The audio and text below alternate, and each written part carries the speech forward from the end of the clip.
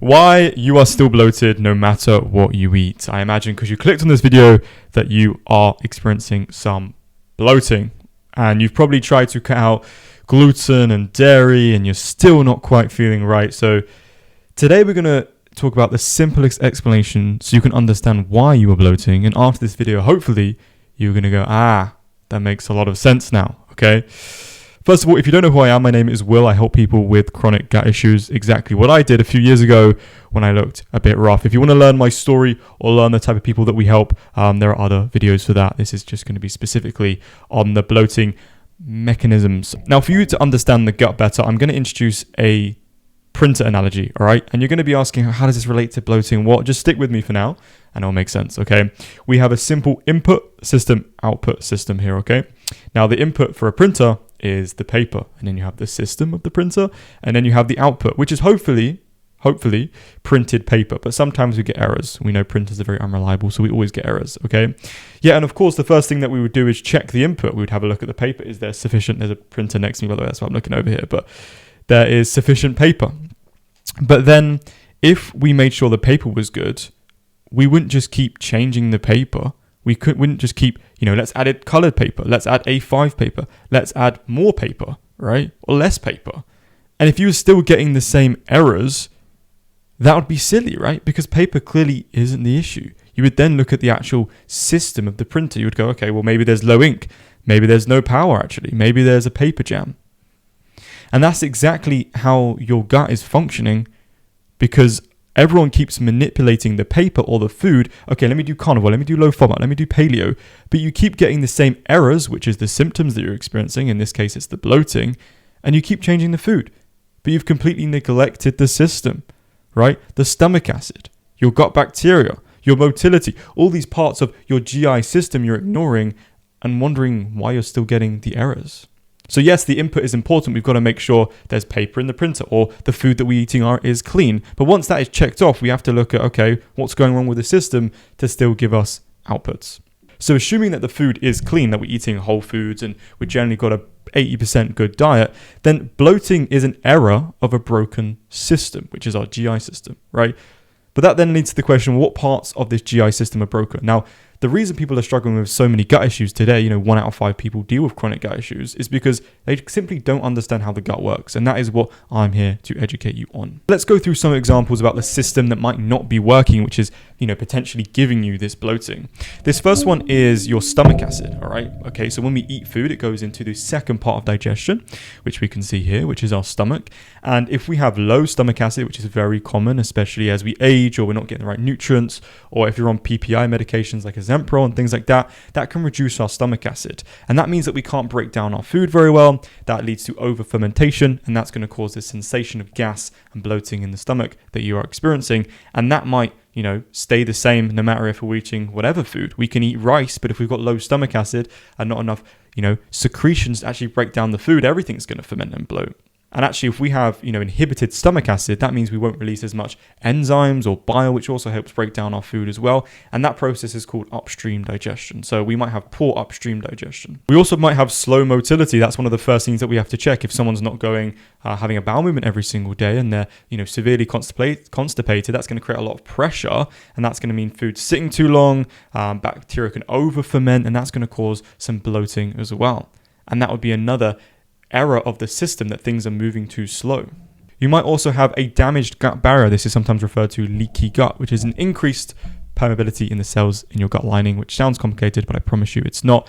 And this happens in your small intestine. So you have your gut lining, which is nice and intact for a healthy person, but sometimes the gaps in your cells can come a little bit too large. And that means certain foods and byproducts are going into the bloodstream, and that's causing all sorts of irritation and systemic problems as well. And that can also cause us to bloat as well. So hopefully you're seeing now there's many different errors that can happen in the system that can cause bloating beyond the food that we eat as well. And also dysbiosis, right? Dysbiosis, all that means is an imbalance in gut bacteria, right? Your gut bugs. This is why people take, fermented foods like things like this to try and support their gut microbiome, which happens in the large intestine. And there are 3 types of dysbiosis: a lack of beneficial bacteria, a lack of diversity, you need bunch of different diverse strains, and also a pathogenic overgrowth. This would be things like H. pylori and Candida. You may have heard of these or experiencing them right now. And also, guys, if you need any help with this, feel free just to go to the top link in the description in my bio. And there is a video that you can watch and also book a free discovery call to see if we can help you, just like we helped my client Jack actually get over bloating in just 70 days. And his was very severe, by the way. So that's a great case study if you want to go watch that. So the most common question that I get in my TikTok lives and my DMs and things like that, or just in general, is what supplement do I take for bloating? But the real question that we should be asking is, well, what part of the system requires attention, right? Because that will make you have more of a higher success rate. Otherwise, we're just kind of guessing and just throwing random supplements, and what's actually in it that's going to help the system?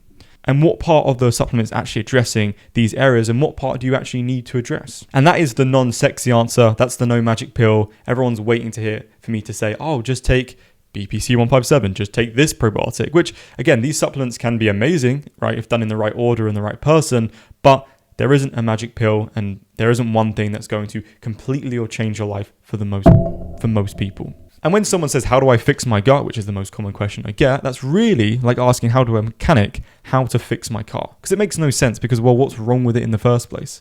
You know, they need to go through a lot more to understand how to fix it and go through a process of diagnosing the problem. And then you're probably asking, well, how do I know what exactly is wrong with my gut? Well, let's go into it, right? There's three main things that we look at. Of course, there is testing, which, again, testing, a lot of people can over-test. I've heard people do all sorts of tests and not get to the root cause of their problem. There's a time and place for testing, but it isn't everything, in my opinion. There's also symptomology. Based on your symptoms, we can figure out maybe what is going on with you. For example, when does your bloating occur? Right? If you had bloating as soon as you ate your food, well, again, it's going into the second part of digestion, which is the stomach, which would then maybe suggest that it is more to do with low stomach acid, enzymes, bile, as we spoke about before. But maybe if your stomach acid was good and you're getting bloating later down the line, right, maybe 90 minutes after eating, when it's traveled into the small intestine and into the intestines in general, then maybe that's an issue with, dysbiosis or things like SIBO. And that can help us be more specific on what is actually going on with the gut, just by basic questions and understanding your symptoms a little bit more in depth. And just using common sense like that. And then also your timeline is super important. This is something that I do with all my clients, is really understanding their timeline, because, if someone said to me, hey, well, I started experiencing issues in 2023, I'd go, well, what happened in 2023? If they said, oh, I actually took loads of antibiotics, well, boom. There we go. If someone said, I started on PPI medication, then we know it's more stomach acid, because PPIs lower the stomach acid. Maybe they said, oh, I went through quite a traumatic event, which maybe we need to work more on that side of thing, unresolved emotional conflicts and nervous system things. So understanding the timeline can really help you direct when maybe you need to do more of your attention anyway. And oftentimes people are like, really get obsessed with testing and labels, which, again, feel free to do that. But sometimes I'm in the way of just, why don't we just give you the solution and see how you feel? For example, if someone was dealing with low stomach acid and they're like, well, how do I test for that? Well, why don't we just support stomach acid with things like lemon, ACV, betaine, HCl? And if you start to feel better, then boom, then you've got the result faster than anything else. And to be honest, there is a place and time for testing, but a lot of my clients, I have just done symptomology and timelines and gotten the result anyway. Again, if someone came back from holiday from Morocco, they started getting gastritis, then it's pretty clear they probably picked up H. pylori from the contaminated food and water. Maybe that doesn't make sense to you, but in my head, that becomes very clear just based off common sense, and it's pretty clear what's happened in those timeline of events. And again, going back to the printer analogy, right? If your printer was broken and you didn't know what the issue was, you would just start to work through things systematically, and that's exactly what we do with the gut. You would walk through the common issues. You would check if the power light is on. You would check if there was paper jams. You would check if the connection was good. And that's what we do with the gut health process. We would ask the person if their motility is good. Then we would start checking things like stomach acid. Are they getting a lot of burping after their food? Is food sitting quite heavy? Does it feel like? Is their gut lining okay? Which, again, you can test things like zonulin, which actually is a good indication for leaky gut. But if you're reacting to everything, and most people have leaky gut these days, so again, it's just giving them a solution. They're going to feel better anyway. Are they reacting to everything, getting brain fog? With dysbiosis, have they had past exposure to antibiotics? Are they bloating after heavy carbs and gas distension? When you start to learn it like this, it becomes pretty obvious what the person's dealing with. And it's just, for most people, it can just be used with common sense from what I've seen. And that's also why we created the flow diagram that we take most clients through, which is super helpful. If I had this, years ago, it would have helped me so much more just by following a pattern, because a lot of people are like, I don't know where to start. But this is the flow diagram that we take people through. Now, don't be fooled into thinking that, oh, it's just this one thing I have. Oh, I just have one thing. Typically, things come in patterns. Most people are going to have a little bit of low stomach acid, a little bit of leaky gut, a little bit of dysbiosis, a little bit of motility problem. It all comes in a big package together. It's not just one thing that's kind of dictating the whole process. So that's why we kind of take people through everything anyway, systematically, to make sure that we are covering all the macro pillars of gut health to make it unreasonable that you don't feel better, get significant improvement in your symptoms, and actually heal your gut. So when we take someone through this, if they're having daily bowel movements, we don't really need to put too much emphasis on the motility. If they're not getting any bloating, we might not focus on the upstream digestion, things like that. But again, that's, everything's interconnected in your gut, and you want to fix the system as a whole. And you have to walk through the entire system, because again, bloating is simply just an error of a broken system. And if we walk through again the gut as in its entirety, then I have no doubt that your bloating will get better. And to be honest with you, it doesn't change from much symptoms. The symptoms do help us know what we need to emphasize on, but if you're dealing with acne, if you're dealing with stomach pain, you're dealing with all these symptoms, yes, they're helpful to understand and learn, but the system doesn't really change, right? The way that we address acne, the way that we address pain, the way that we address whatever symptom you're dealing with, we're going to go through the same system of healing your gut in its entirety, and then you'll notice that the symptoms start to go away. Because think in systems, not in symptoms. So again, the question I always get is, how do I fix acne? How do I fix this? How do I fix this? We all go through the same system of fixing the gut. And once you do that, you'll notice symptoms that you didn't even realize were a problem of your gut. For me, things like eye floaters, things like fatigue, or things like folic acid deficiency, or whatever it was actually a result of my system breaking down. And if you fix the system in its entirety, the symptoms will start to go away. Hopefully that makes sense. Any questions, please leave them down below. If you have any other suggestions for videos, please do let me know.